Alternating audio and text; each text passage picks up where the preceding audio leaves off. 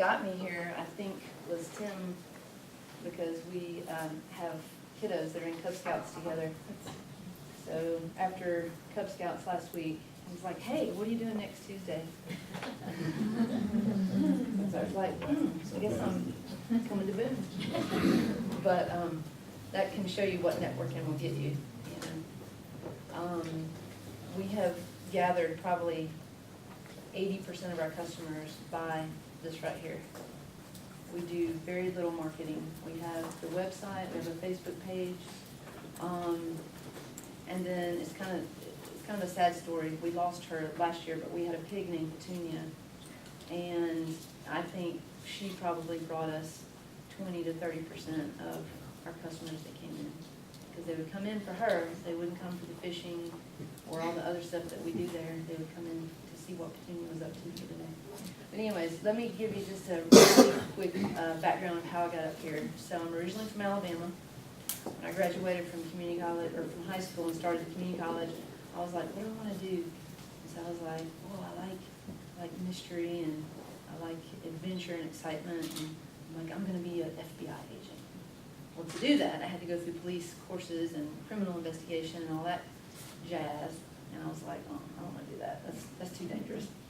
So then my dad was a professional bass fisherman in his spare time, and he said there's an aquaculture course being taught at community college. So I liked fish. I had about 15 aquariums in my room growing up with a waterbed, and I had them stacked. So if this was my waterbed, I had the aquarium stacked here and here. Then I had a second level behind it raised up here and here. My father was afraid that my floor was going to fall in because we were in a second-story home. But it never did, thank goodness. But so long story short, I ended up taking the aquaculture course. I got an internship out in Mississippi. That brought me out to Mississippi, and I can tell you why. The blues originated there because out in the delta of Mississippi, there's nothing but catfish farms and cotton fields. So it's pretty sad unless you find something to do. We jumped trains and shot snakes off of catfish ponds. So finished there, and then I was like, okay, what am I going to do? So ended up making a connection at Mississippi State University through someone there. So again, the networking thing that comes about.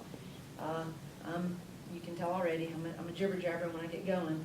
If you do jibber jabber sometimes, you jibber jabber the right way, and good things come out of it. So ended up getting a job at the vet school and Pizza Hut, working over there at Mississippi State University, and got my fisheries degree from there. So I started out in aquaculture, got my fisheries degree, put my resumes out all over the United States, and swore I would never go to Florida because I think of things in a big picture, and I always thought Florida, being this little skinny state that hangs down, was eventually going to fall off into the ocean.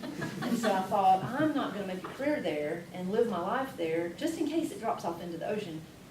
Well, it hasn't dropped off yet, but that is where I went because that's the first person that called, and when you guys graduate, you need money. So you go to whoever's going to pay you. So ended up going to Florida and working as a marine biologist for 5 years because it was marine stuff, even though my training was in freshwater, but I learned on the job how to do that stuff.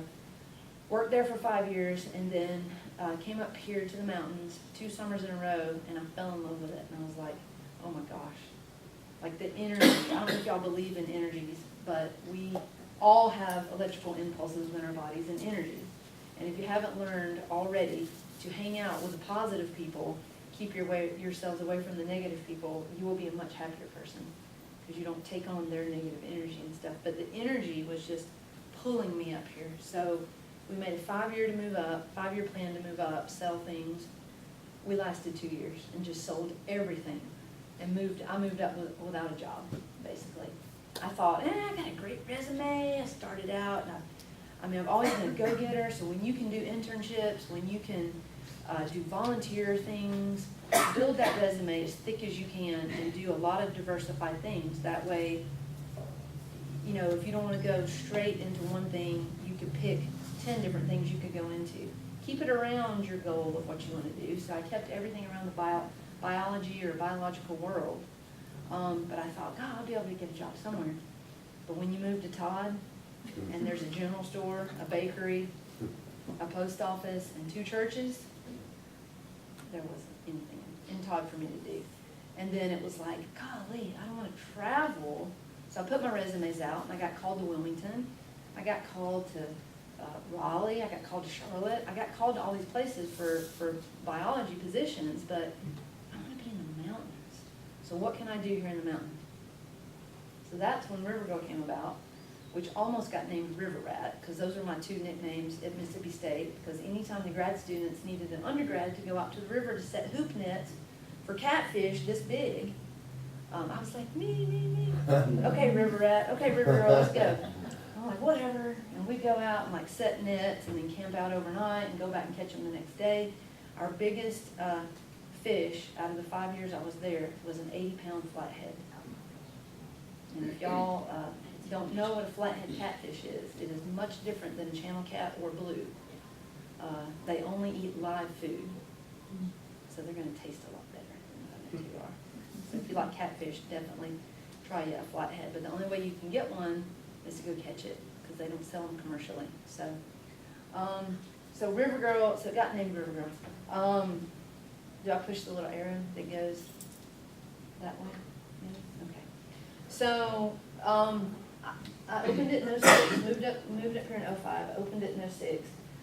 I thought, okay, what I want to do is open a little fishing shop. I want to be able to sell fishing licenses, because I believe in the legal side of the fishing, and there's so many fishermen that don't get fishing licenses, but they don't know what the fishing license money goes towards. And it goes towards raising the fish that they stock, stocking the fish. It goes for like repairing boat ramps. It goes for providing places for handicapped folks to access the water. So the money goes for good things. And if you get caught without a fishing license, it's pretty expensive.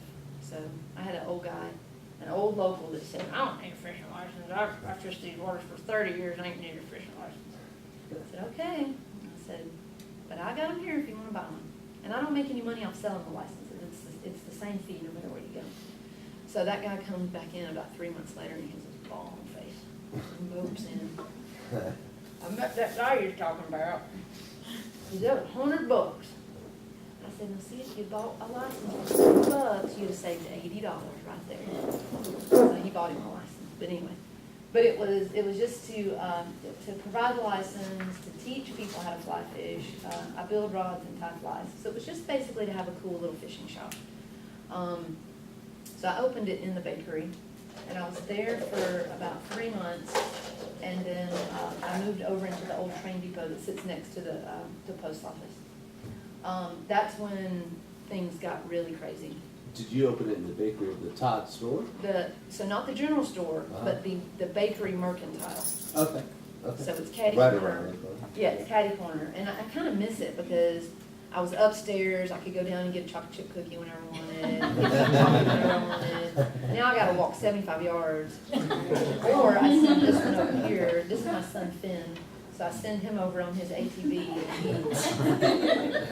He has a mission, so it works out. But there had been an outfitter there for about 7 years named Appalachian Adventures. And they had moved out. So when they moved out, everyone was like, y'all move River Girl over there. And I'm like, I don't need a big old building for fishing. I just need a place for my rods. And so when I first opened it, it was like this little tiny desk, quarter the size of that. It was like one little shelf with like little knickknacks on it, and a 200-gallon fishing tank. And that's all I had. I'm like, that's all I have. What do I need that big building for that? But anyways, they kept, you need to do it, you need to do it. So I did it. So because it had been an outfitter, everyone that came in, or every third person that came in, was like, can we rent a boat? And I was like, no, but I'll take you fishing. Can we rent an inner tube? No, but I'll take you fishing. And it was like, I kept hearing that, and I'm like, okay, there's obviously a need. And the competitor wasn't out there yet. Some of y'all know who the competitor is, but I don't like to talk about competitors, so, unless they're good competitors, but the one that's out there. Well, anyways, I've said. So I was like, okay, maybe I should start renting some boats out. So I bought 2 kayaks, and I bought 5 inner tubes. And I used my Tahoe and a 5x8 trailer.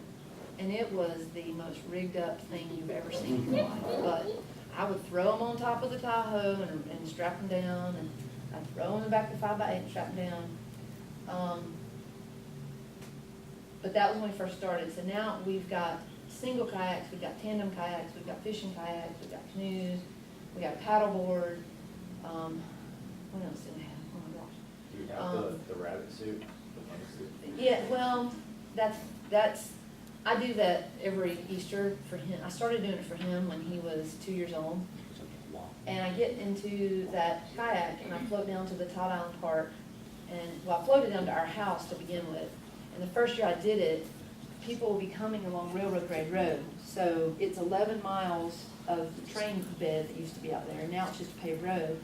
I would come kayaking down, and cars would be driving along, and I'd go, back up, they'd jump out.